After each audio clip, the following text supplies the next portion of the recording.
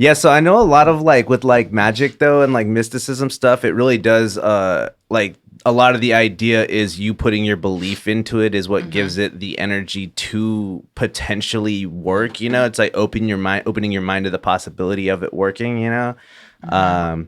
Do you feel like you do that like when you're doing a reading? Do you feel like you like have to put in like you do try to really like focus your intent into your readings and stuff or your own personal like meditation or anything like that? First of all, meditating's really hard. I don't think people talk about it. Like, Dude, yeah. it doesn't matter. I feel like some things are meditative, like going on walks, swimming, whatever you want to do. But meditating, just like you just being present and not thinking about anything or just letting the thoughts run through, super hard. I try to be super intentional when I do my reading. Anything I do, I try to be super intentional. I just try to be more aware of the decisions that I'm making. But when it comes to the readings, and I know this sounds crazy, for people who are like clairvoyant and like can hear things, see things, clairsentient, all that stuff, you just get downloads. And for some people, it's words. Sometimes it's color. Sometimes it's sound.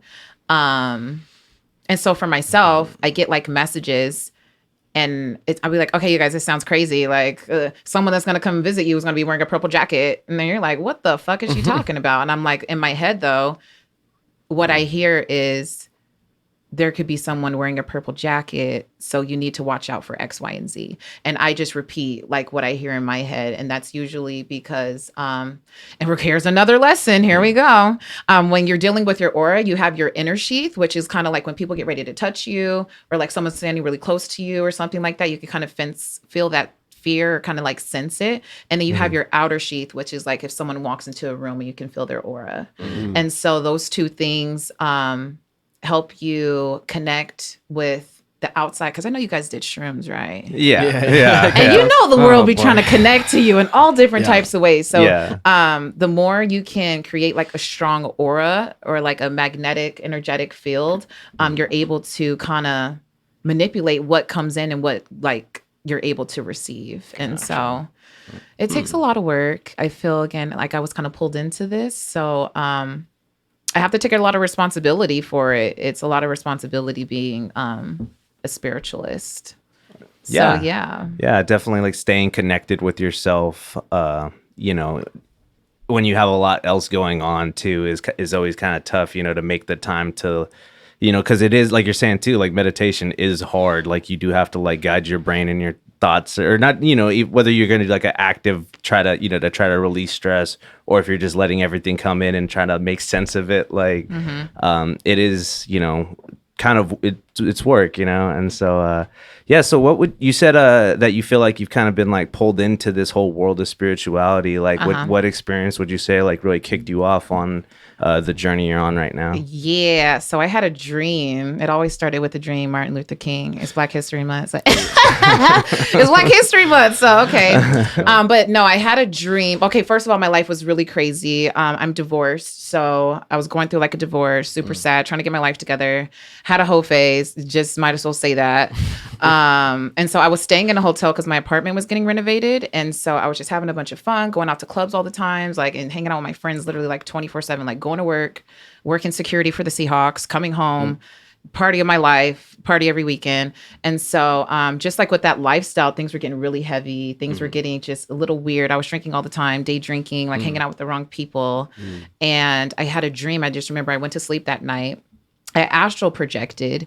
And so for you guys who don't know what astral projecting is like you're sleeping, but your body that you think is your brain that you think with every day that can't leave yourself, your consciousness comes out of your body and you're able to see things outside of yourself, but it's like, and it's also in a different like dimension and like a reality. And so I astral projected out of my body, and then I saw myself laying down in the bed at the hotel, and a black orb rushed towards me, and my dream started over. And then it happened again, and then I was like, oh fuck, I can't move. And I felt something get in bed behind me because I felt the warmth like get in bed behind me, and I was like, oh my god, dream restarted.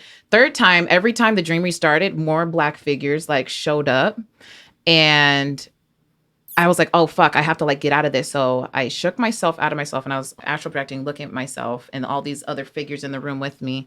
And then when you're in a dream, you can tell that it's a dream by looking at the time. Right. And so time didn't make sense. It was like L734. And I was like, this does not make sense at all. And I was like, I have the choice to either go out this door and I don't know what the fuck is out there. And I'm thinking in my head, like Insidious. It was exactly like that. Like the room was like a different hue and everything.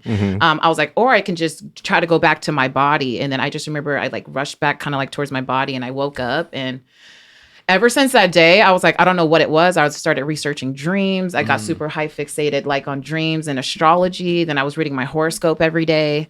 And that's just kind of what started it. I thought the government was like looking for me. Like, she's onto something. I think that's definitely a step in the spiritual awakening thing. You're like, are they after me? Who the fuck's... I'm like, it's the same car, and I would take They pictures. might be now after you're on the ZUDECast. Fuck, we had this We conversation already got earlier. drone striked once, so Shyla Marie says she used to do that every night for years. Dude, yeah. Astral projecting, yeah. I feel like it was just a lot easier to do, like as a kid in general. Like your age third like eye 12, is not like calcified. capped. Right, exactly. Or so they say, you know. I Well, don't there's know. like the Right. what's it called in the back of your brain? It's like part of your brain stem that I don't know. They're like that connects to the third. Medulla oblongata. Maybe it's that one. I That don't was know. That's the funnest one to say. Though. Right. Yeah. It is. Yeah. I'm a personal fan of the hippocampus. Oh, yeah. I like that one too. That's the one that makes you remember. The hippocampus, Well, Like they're getting University degrees. of Alabama. I don't know. Got him. Okay. Captain. Shit we on got him. Alabama joke coming from California. Oh, no. We got to start the rivalry. Right. What were we saying, though? Calcified pineal glands? Yeah, the though? pineal gland. That's what it is. Yeah. That's right here. Yeah. Yeah, you're like, what's the gland that makes me look like the Tool album cover? Fuck yeah, dude. It's a very Tool album cover episode. I feel like that's. Oh my god. The gland. I think the first time I smoked medical marijuana is the first and only time that I astral projected, where I like just got so high that I just like had an out of body experience where I felt like I was looking at myself from above myself, but then I was made of like TV fuzz. Interesting. Yeah, I just got violently high. I can't like.